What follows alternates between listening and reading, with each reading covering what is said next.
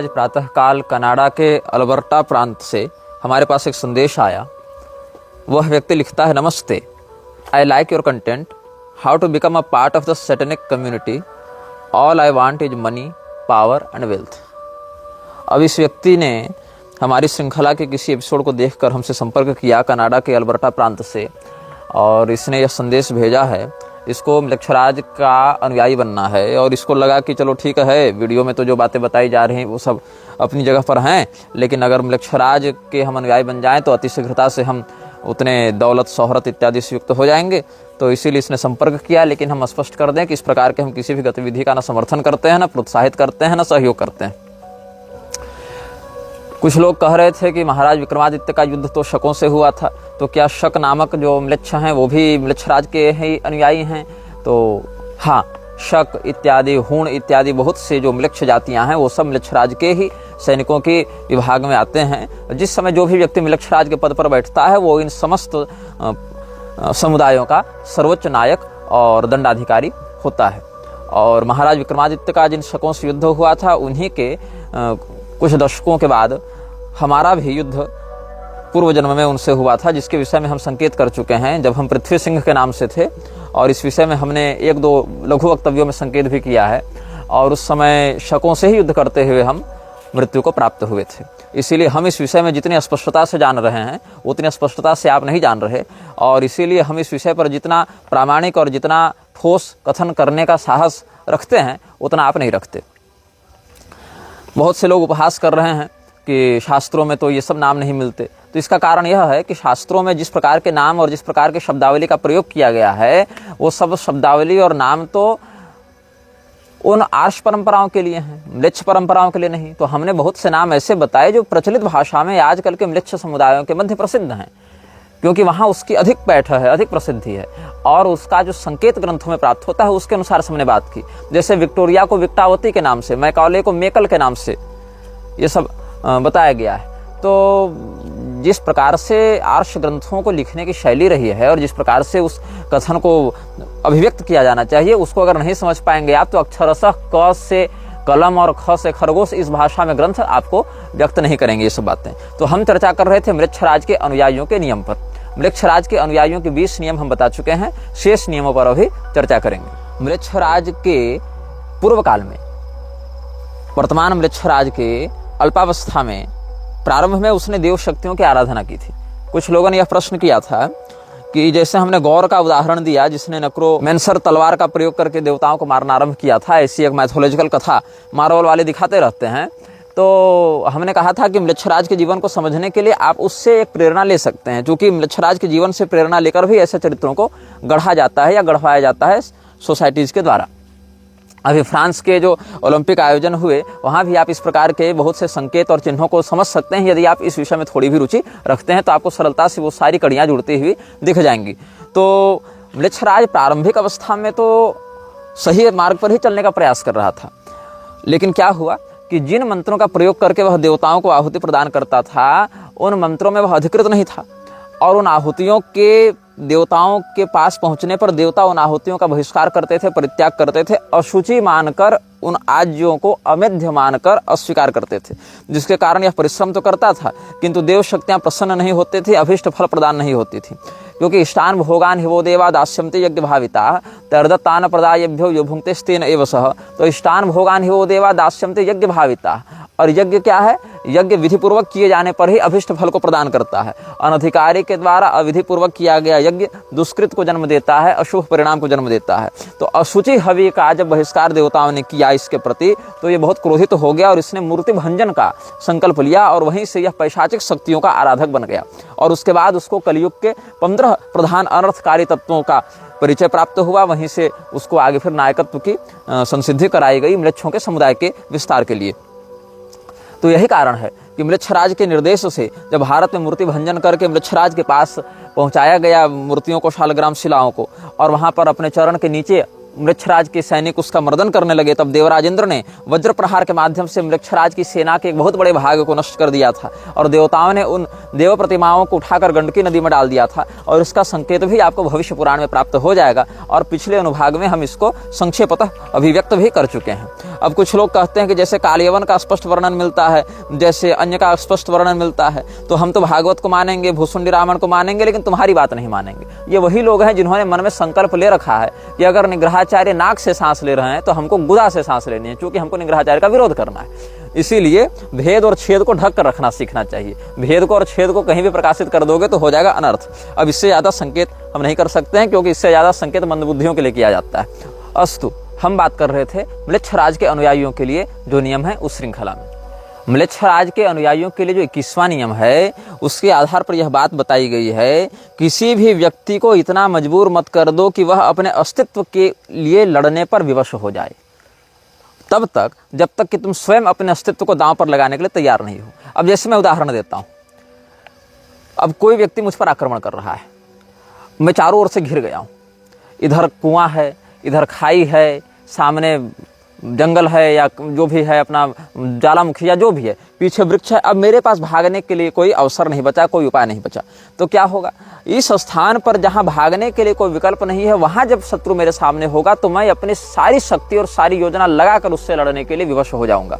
उस समय फिर मैं अपनी सामान्य शक्ति से कहीं अधिक श्रेष्ठ प्रदर्शन कर बैठूंगा और तब मेरे शत्रु को हम मार भी सकते हैं, क्योंकि मेरे पास विकल्प नहीं बचेगा। भागने के लिए जब विकल्प नहीं बचता है तो किनारे पर खड़ा व्यक्ति अपनी अंतिम शक्ति का प्रयोग करके परिपूर्ण सामर्थ्य के साथ प्रहार करता है। तो इस बात से म्लेच्छराज बचना चाहता है। म्लेच्छराज अपने अनुयायियों को यह निर्देश देता है 21वें नियम के आधार पर, किसी व्यक्ति को मारो लेकिन उसको इतना मजबूर मत कर दो कि वो समझे कि अब मेरे पास रास्ता नहीं बचा, क्योंकि जब रास्ता नहीं बचता है तो वो पूरी शक्ति से वार करता है। और अगर आप उसको इस स्थिति में लाने के लिए तैयार हैं तो समझिए कि यदि आपने उसको इस स्थिति में लाया है, यदि आप उसको उस जगह फंसा कर मारना चाहते हैं तो स्वयं भी वहां पर मरने के लिए तैयार रहिए, क्योंकि अगर वो जान गंवाने के लिए तैयार है तो वह इतनी कोशिश अवश्य करेगा, इतना प्रयास अवश्य करेगा कि आपको भी नष्ट कर दिया जाए, मार दिया जाए। इसलिए म्लेच्छराज जब भी किसी को मरवाता है, सामुदायिक रूप से या वैयक्तिक रूप से, तो ऐसे तरीके से मरवाता है कि व्यक्ति को एक दो ऑप्शन दिखता रहे, ताकि वो अपनी पूरी शक्ति का केंद्रीकृत प्रयोग न कर सके। उसको लगे अच्छा ये नहीं तो ये कर लेंगे, ये नहीं तो ये कर लेंगे, तो पूरे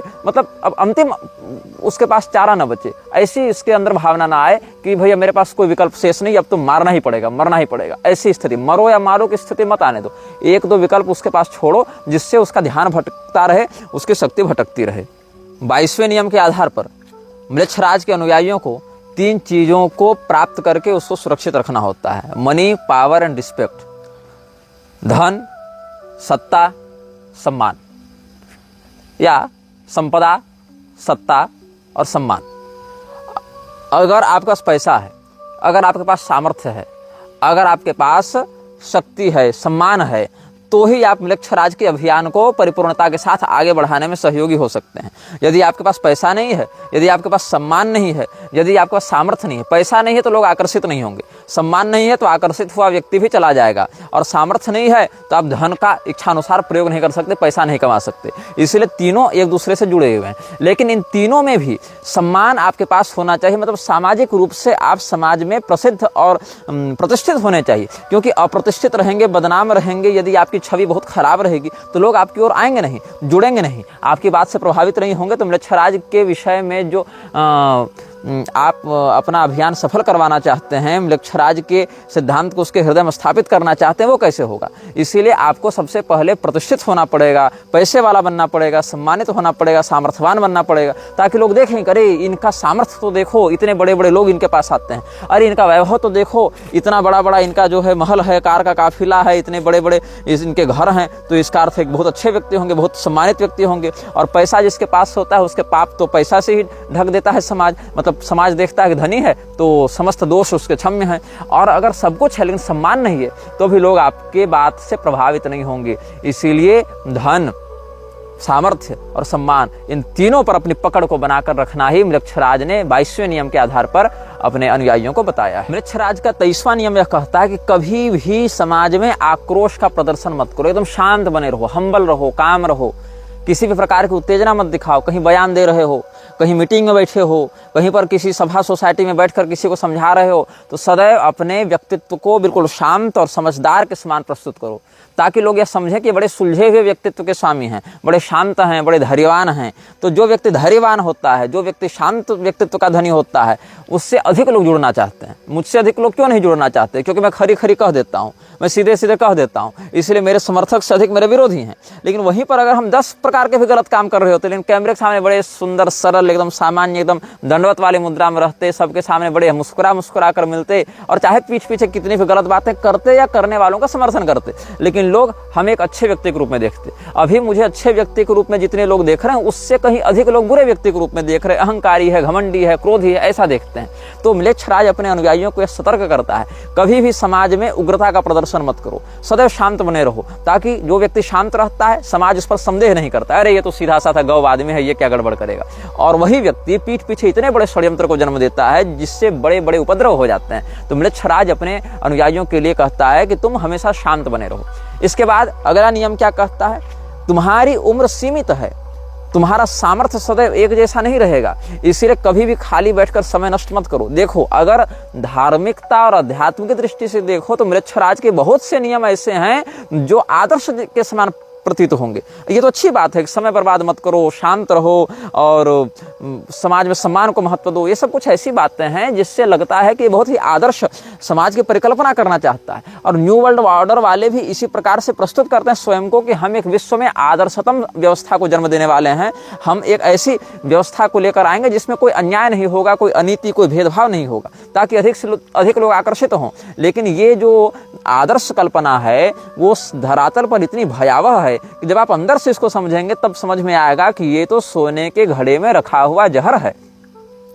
तो म्लेच्छराज यह कहता है कि तुम बूढ़े हो रहे हो, तुम्हारी कार्य क्षमता, तुम्हारी शक्ति घटती रहेगी, इसीलिए जो काम तुम 25 साल की उम्र में कर सकते हो 45 में नहीं, 65 में नहीं कर सकते हो। इसीलिए जिस समय जिस प्रकार का सामर्थ्य तुम्हारे पास है उसको पूरा निचोड़ लो, उसका पूरा प्रयोग कर लो। अगर पूरा प्रयोग कर लोगे तो उससे अपेक्षित जो फल है पूरा प्राप्त करोगे, और समय बीत जाएगा तो तुम वह ऊर्जा नहीं प्राप्त कर सकते हो, वह विनियोग नहीं कर सकते हो, और काम तुम्हारा पीछे चला जाएगा।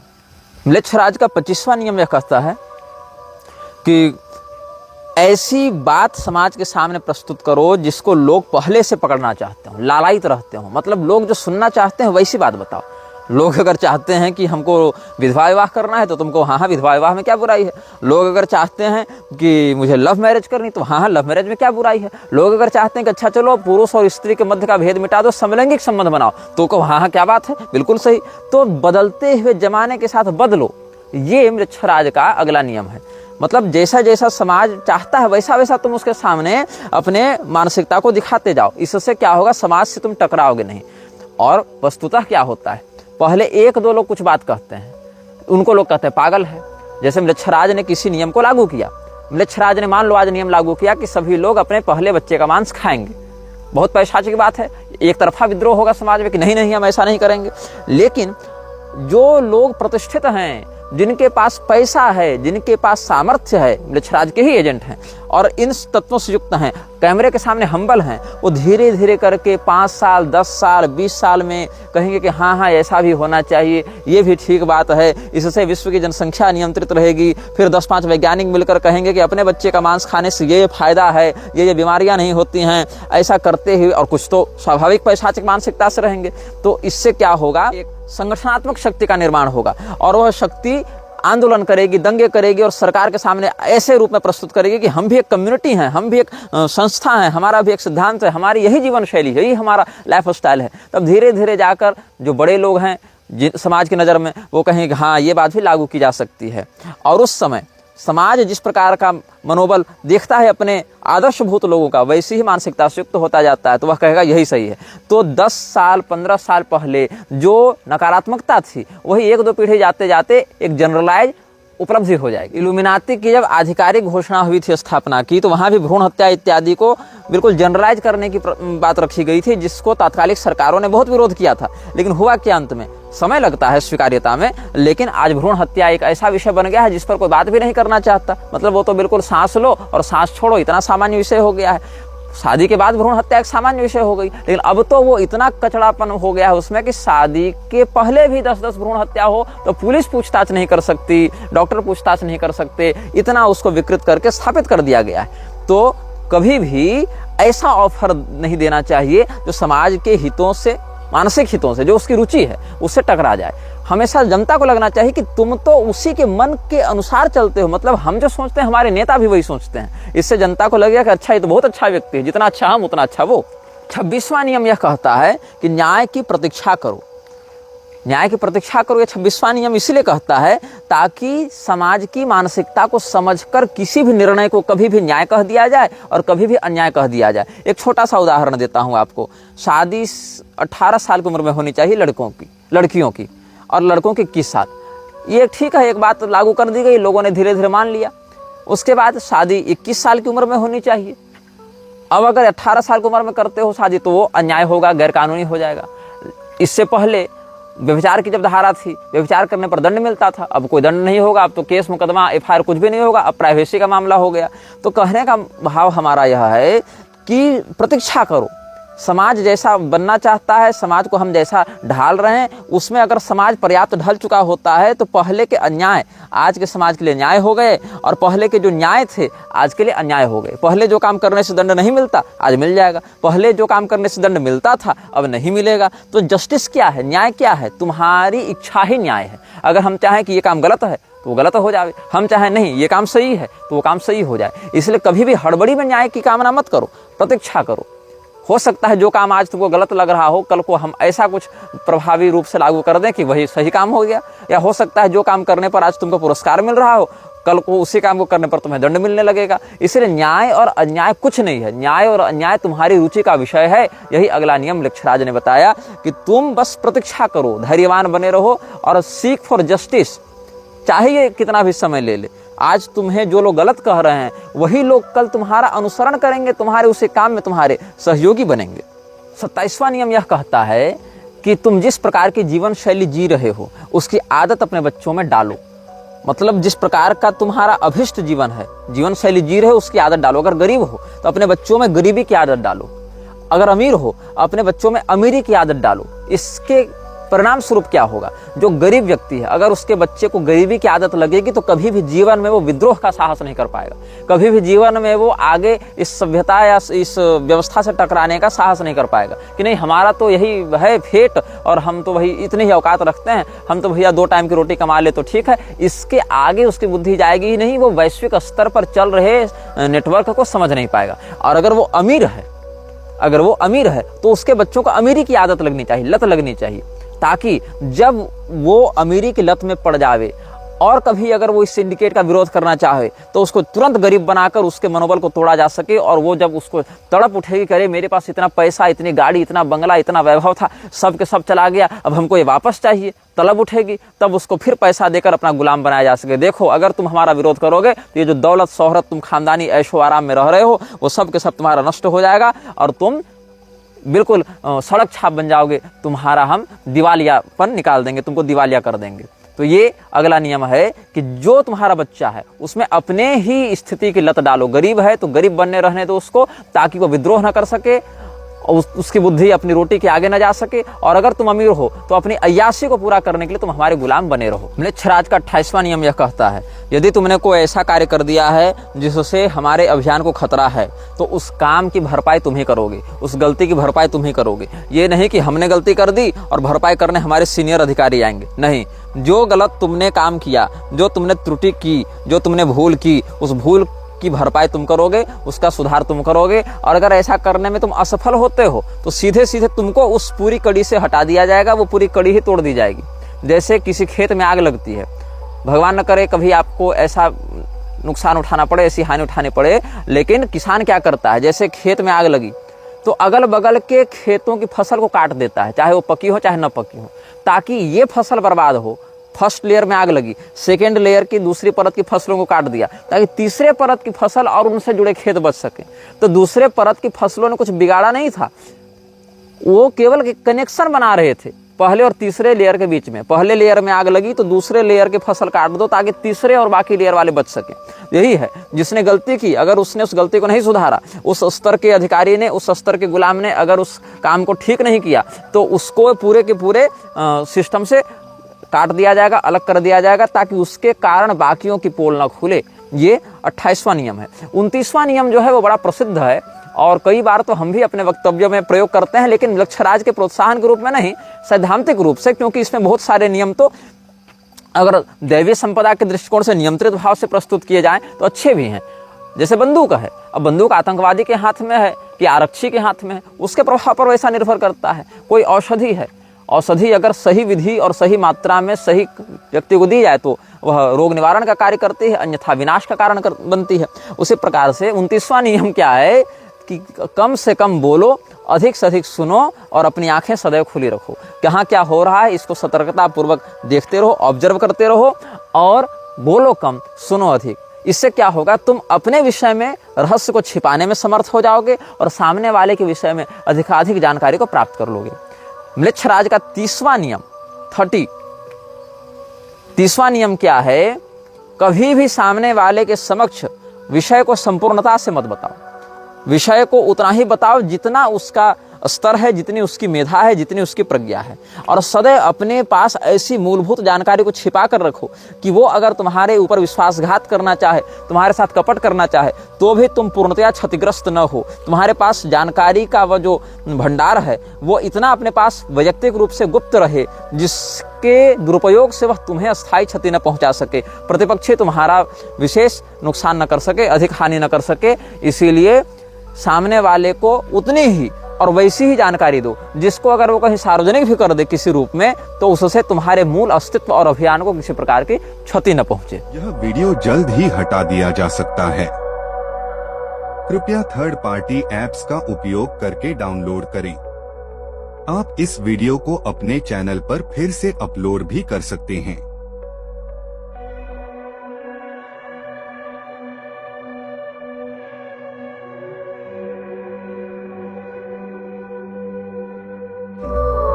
This video may get deleted soon. Please download using third-party apps. You may also re-upload this video on your channels. Thank you.